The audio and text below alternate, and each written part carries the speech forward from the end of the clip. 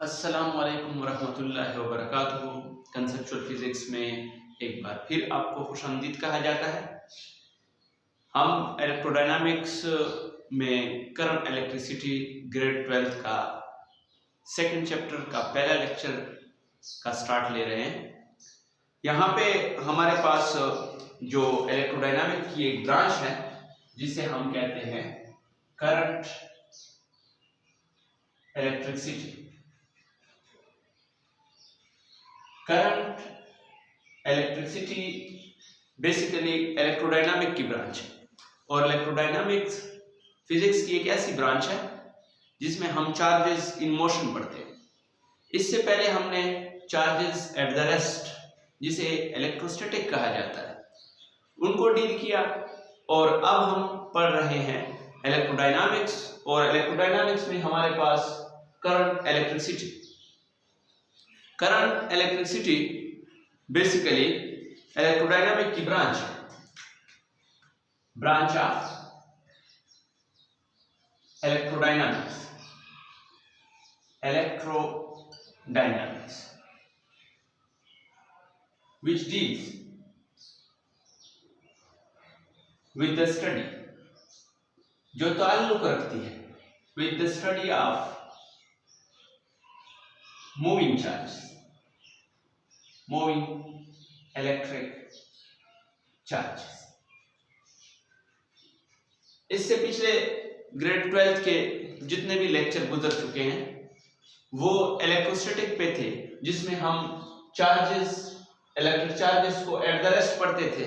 जबकि यहाँ पे जो बेसिकली हम टर्म इस्तेमाल कर रहे हैं कि वो है इलेक्ट्रोडायनामिक, और इलेक्ट्रोडायनामिक ताल्लुक रखता है चार्जेस इन मोशन के साथ। यानी यहाँ पे जितने भी इलेक्ट्रिक चार्जेस हैं, चाहे पॉजिटिव चार्जेस हैं चाहे नेगेटिव चार्जेस हैं, वो सारे के सारे यहाँ पे इस वक्त किस चीज में होंगे? मोशन में होंगे। तो इलेक्ट्रोडायनामिक की वो ब्रांच जिसमें हम इलेक्ट्रिक चार्जेस इन मोशन पढ़ते रहते हैं उसको करंट इलेक्ट्रिसिटी कहा जाता है। तो यहाँ पे इलेक्ट्रिक करंट सबसे पहला टर्म है कि इलेक्ट्रिक करंट होता क्या है। Electric current the flow of charges पर यूनिट टाइम, जिसकी बेसिकली डेफिनेशन यही है flow of charges, flow of electric charges. जब इलेक्ट्रिक चार्जेस मूव करते हैं पर यूनिट टाइम, किसी टाइम पर unit time, through a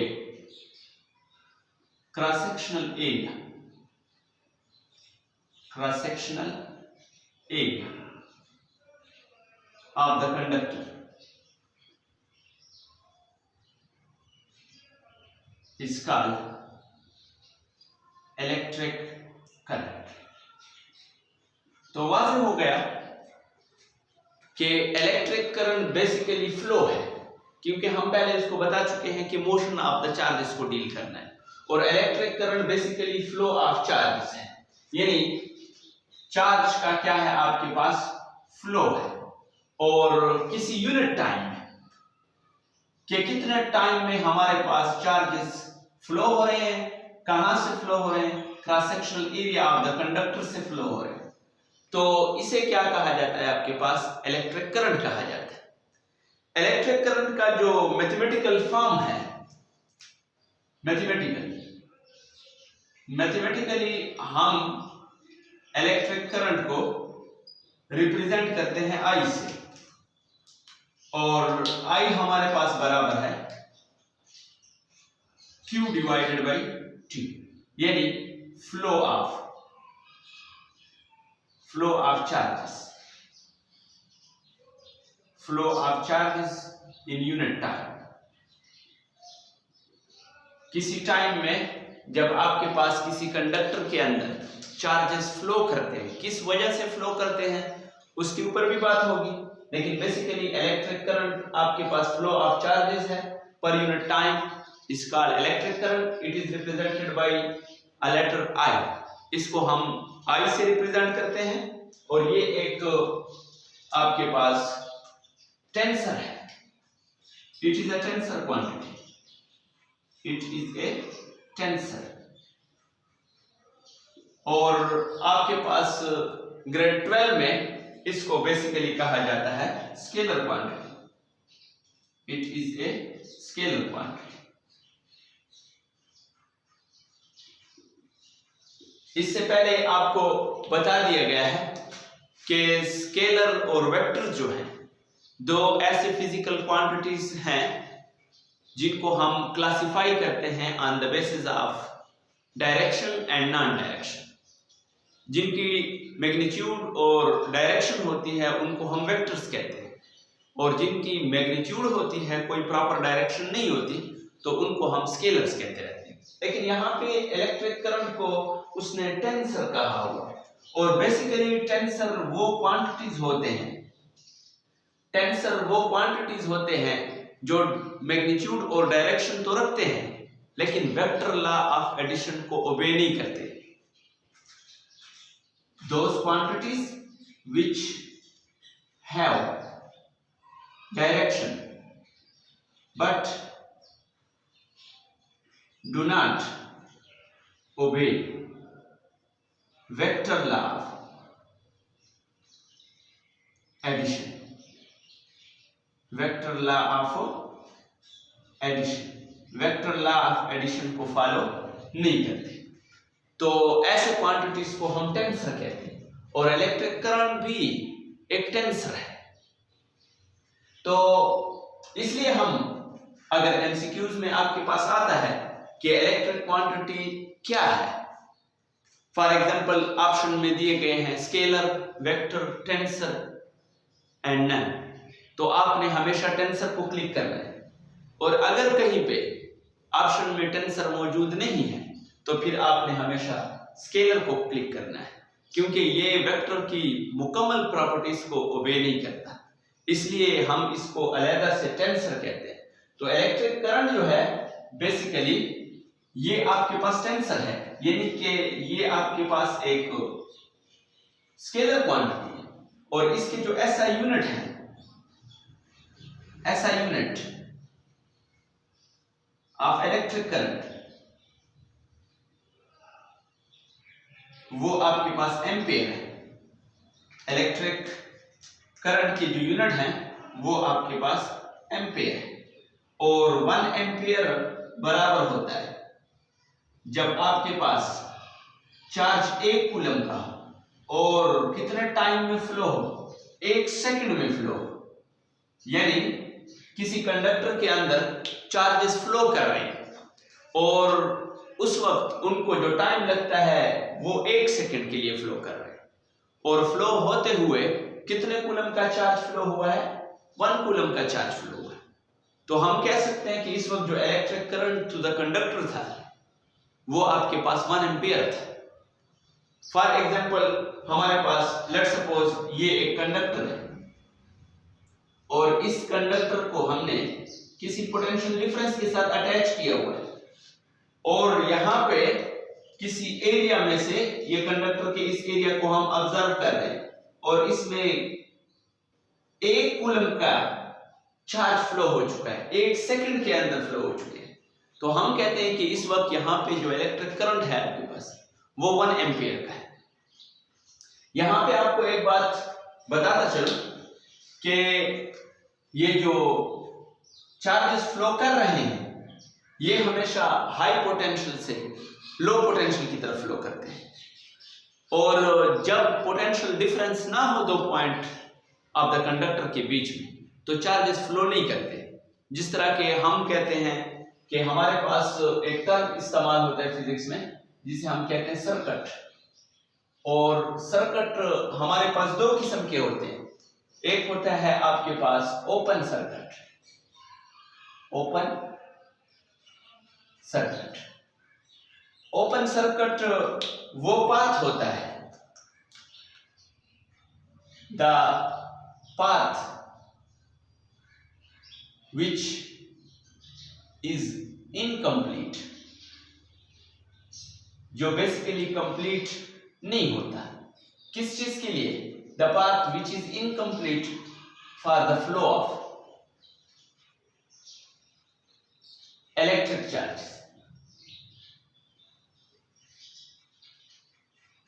is called open circuit.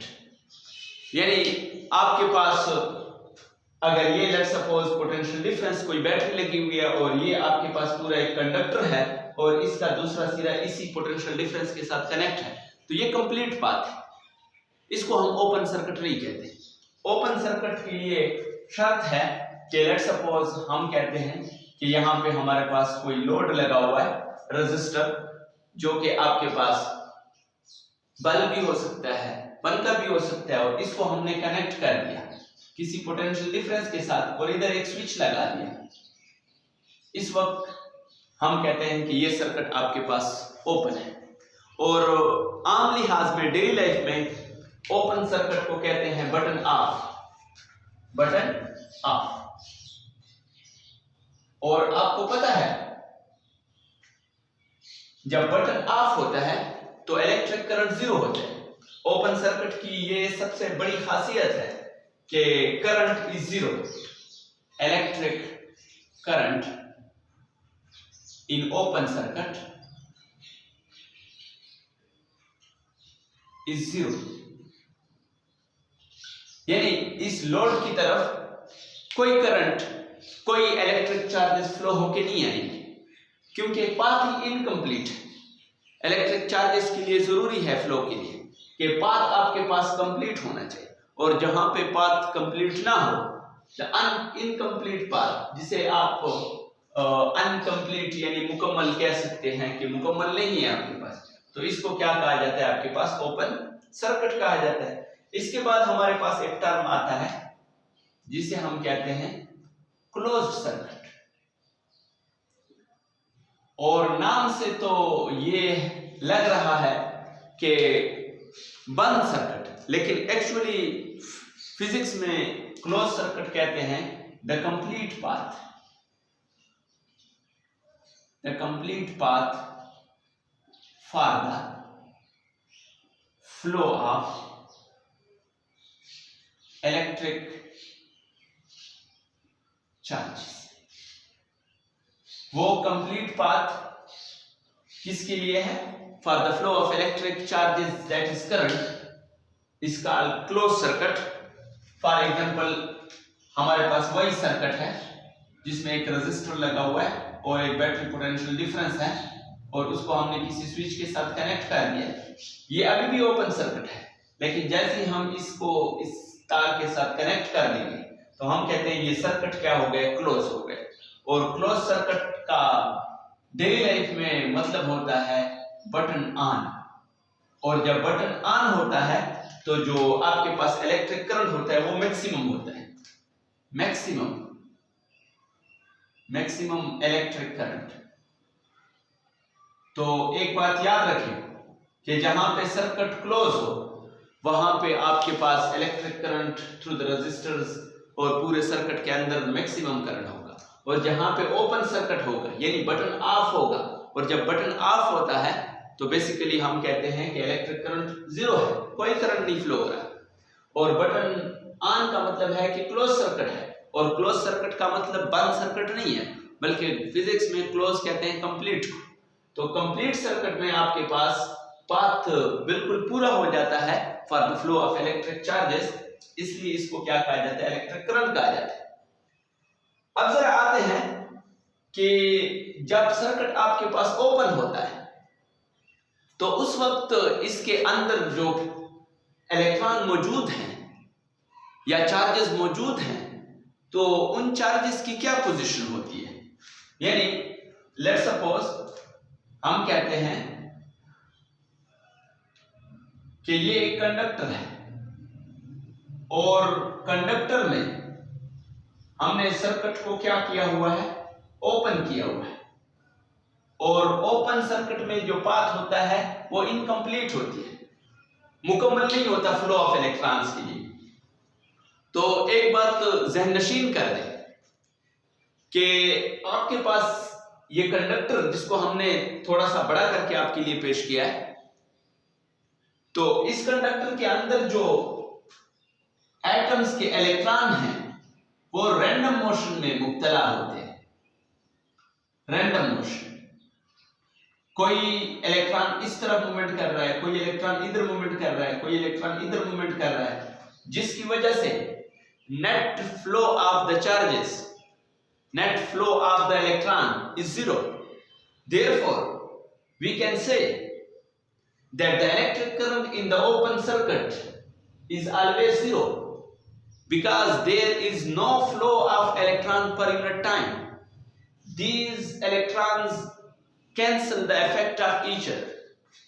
और अगर आपसे पूछ लिया जाए कि ये जो चार्जेस इस वक्त रैंडम मोशन कर रहे हैं, ये क्यों कर रहे हैं, एक्चुअली तो पोटेंशियल डिफरेंस नहीं है। तो एक बात याद रखिए कि ये जो random motion of the electron है, ये सिर्फ और सिर्फ किसकी वजह से है?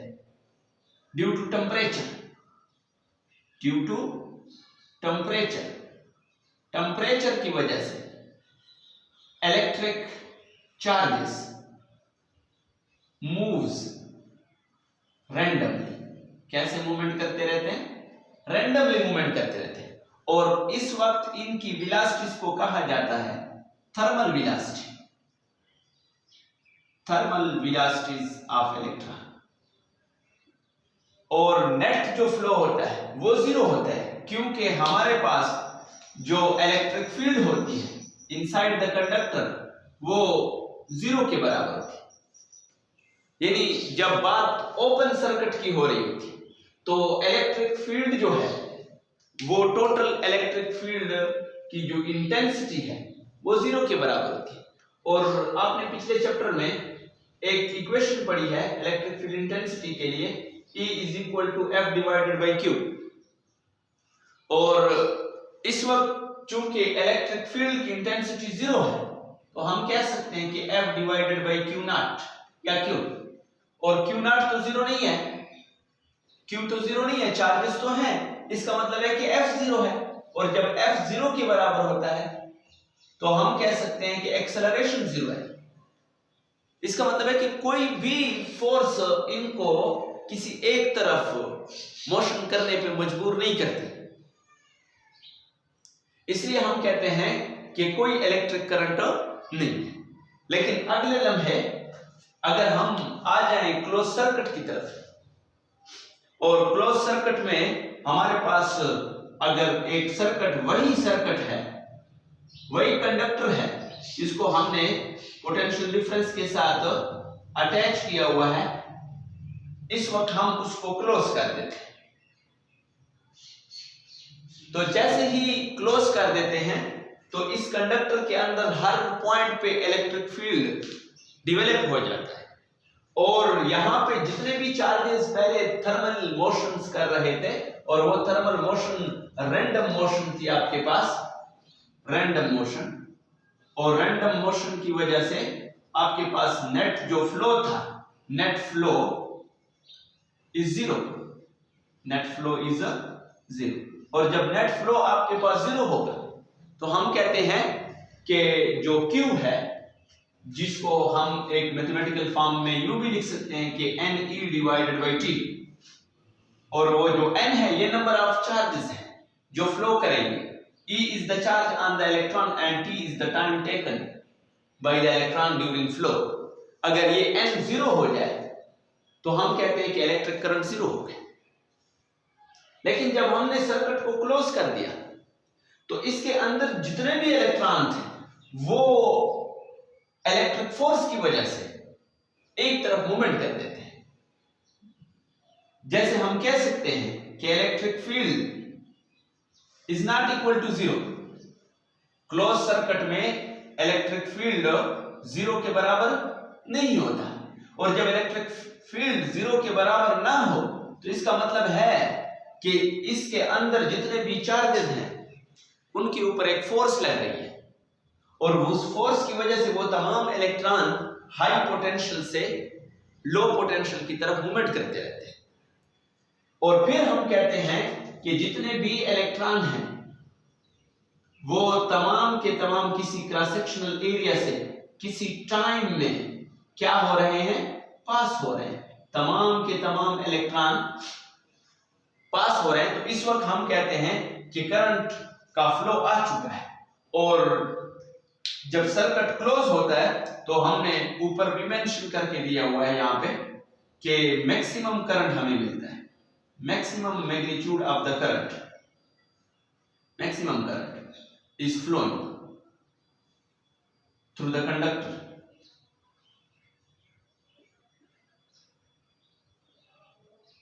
तो इससे वाज़ेह हो गया कि जब तक नेट इलेक्ट्रिक फील्ड जीरो होगा विद इन द कंडक्टर, कोई मोशन नहीं होगी चार्जेस की।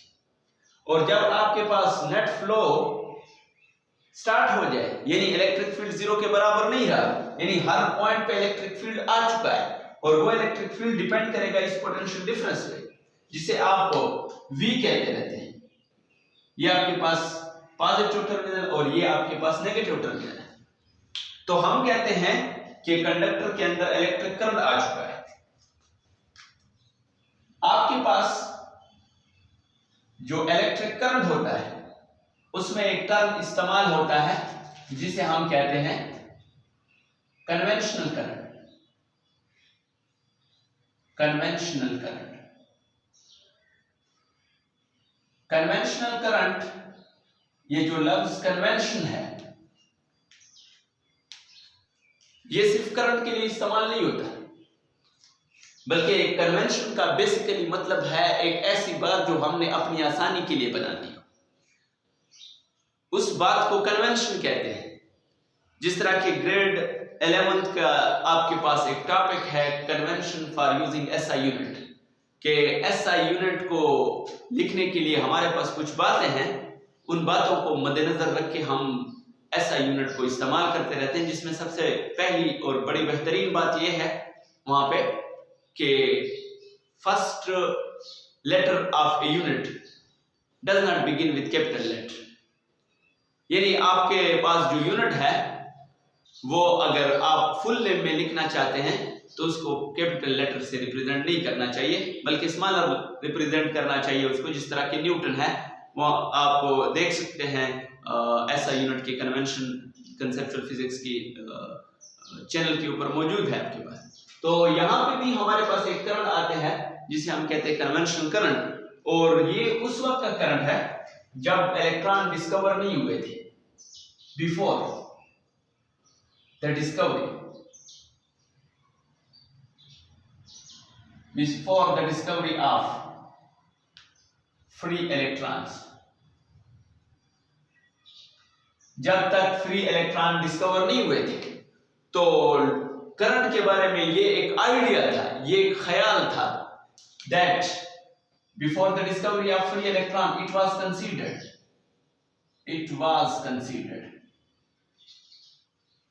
that electric current is the flow of positive charges.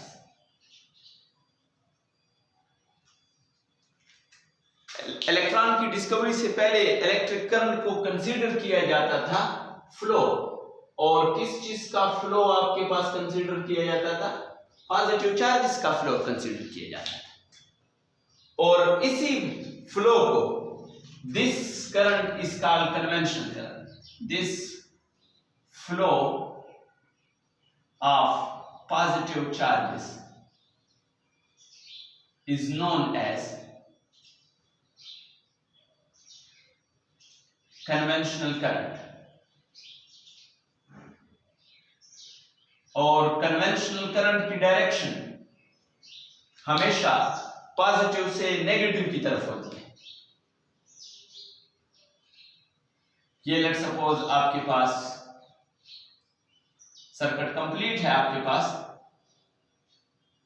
और हम कहते हैं कि ये इसी सर्किट का, इसी बैटरी का पॉजिटिव टर्मिनल है और ये नेगेटिव टर्मिनल है।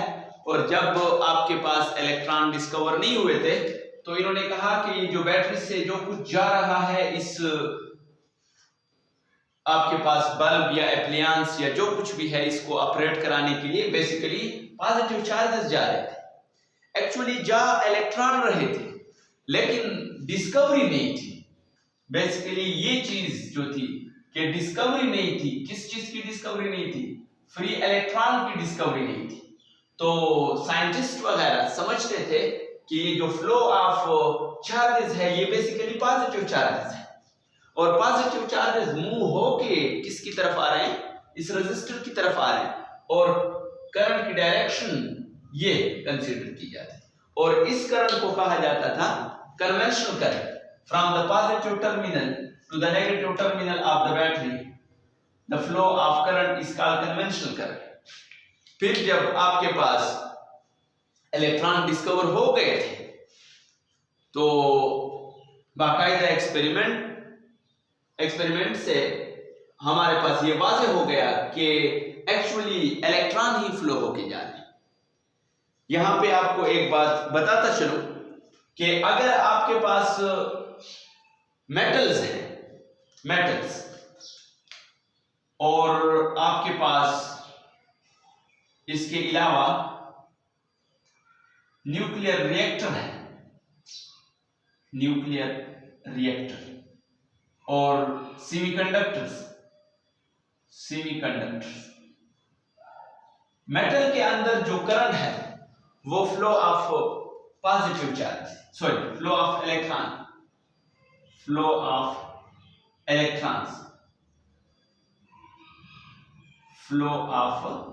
इलेक्ट्रॉन्स। जितने भी मेटल्स हैं उनमें जो करंट फ्लो करता है वो किसकी फ्लो की वजह से करता है? इलेक्ट्रॉन की फ्लो की वजह से करता है।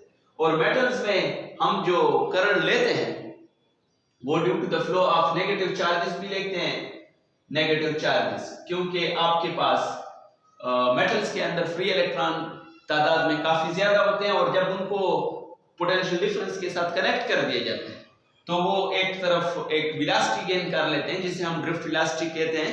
उसको इंशाल्लाह नेक्स्ट लेक्चर में हम उनको एक्सप्लेन करेंगे कि ड्रिफ्ट वेलोसिटी, यहाँ पे जो इलेक्ट्रॉन मूवमेंट कर रहे हैं इनकी जो वेलोसिटी है, जिस तरह पहले उसको थर्मल वेलोसिटी कहा गया, और under the influence of electric field हम उसको ड्रिफ्ट वेलोसिटी कहेंगे। बाकायदा उसको एक्सप्लेन किया जाएगा। वो मेटल्स के अंदर इलेक्ट्रॉन की फ्लो की वजह से होती है, जबकि आपके पास जो न्यूक्लियर रिएक्टर्स हैं उसमें हमारे पास positive charges, current is due to the flow, electric current is due to flow of positive charges। and एक बात याद रखिए कि positive charges doesn't mean proton. Positive charges means positive ions, और आयंस का मतलब है कि उसके पास इलेक्ट्रॉनों की कमी है, और जिन पार्टिकल्स के पास इलेक्ट्रॉनों की कमी होती है हम उनको पॉजिटिव चार्जेस कहते हैं। और न्यूक्लियर रिएक्टर में जो करंट होता है वो पॉजिटिव चार्जेस की वजह से होते हैं। जबकि सेमीकंडक्टर में एक क्लास है आपके पास मटेरियल की जिसमें करंट बोथ की वजह से होते हैं। Electric current is due to flow of both charges, that is positive and negative, जिसे हम होल्स और इलेक्ट्रॉन्स कहते हैं। तो इससे वाज़ेह हो गया कि हमारे पास जो इलेक्ट्रिक करंट है जिसने डिफाइन किया था कि मूविंग इलेक्ट्रिक चार्जेस आपके पास दो किस्म के हो सकते हैं, पॉजिटिव चार्ज भी हो सकते हैं, नेगेटिव चार्ज भी हो सकता है। और मेटल्स में जो फ्लो ऑफ इलेक्ट्रॉन्स जिसे हम नेगेटिव चार्जेस कहते हैं, इसमें करंट इन्हीं की वजह से होते हैं। जबकि न्यूक्लियर रिएक्टर में जो हमें करंट मिलता है वो due to positive charges, positive ions movement कर रहे होते हैं। जबकि सेमीकंडक्टर्स के अंदर या इलेक्ट्रोलाइटिक सॉल्यूशन के अंदर आपके पास बहुत पॉजिटिव एंड नेगेटिव चार्जेस की मूवमेंट। तो एक ऐसा करंट जो before the discovery of electron consider किया जाता था उस करंट को कन्वेंशनल करंट कहते हैं, और इसकी डायरेक्शन हमेशा पॉजिटिव से नेगेटिव होती है। जबकि मेटल्स के अंदर इलेक्ट्रॉन मूवमेंट करते हैं from negative terminal of the battery to the positive terminal of the battery, और इसी को एक्चुअल करंट कहा जाता है।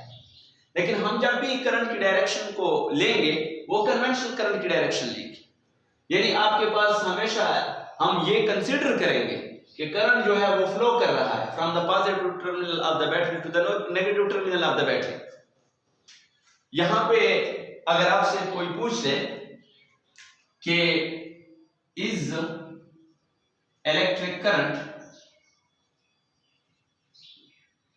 मैटर, कि क्या इलेक्ट्रिक करंट मैटर है, तो इलेक्ट्रिक करंट आपके पास मैटर है, क्योंकि इलेक्ट्रिक करंट बेसिकली फ्लो है किस चीज का, चार्जेस का, and charges that is electrons और होल्स और positive charges they have masses, इनका मास होता है। Yes, electric current is a matter because electric current is the constituent of matter, यानी इलेक्ट्रिक करंट बेसिकली एक ऐसी चीज का फ्लो है जो खुद मैटर है, जिस तरह के इलेक्ट्रॉन है या पॉजिटिव चार्जेस है, ये मूवमेंट कर, ये मास रखते हैं, और जो चीज मास रखती है वो मैटर होती है।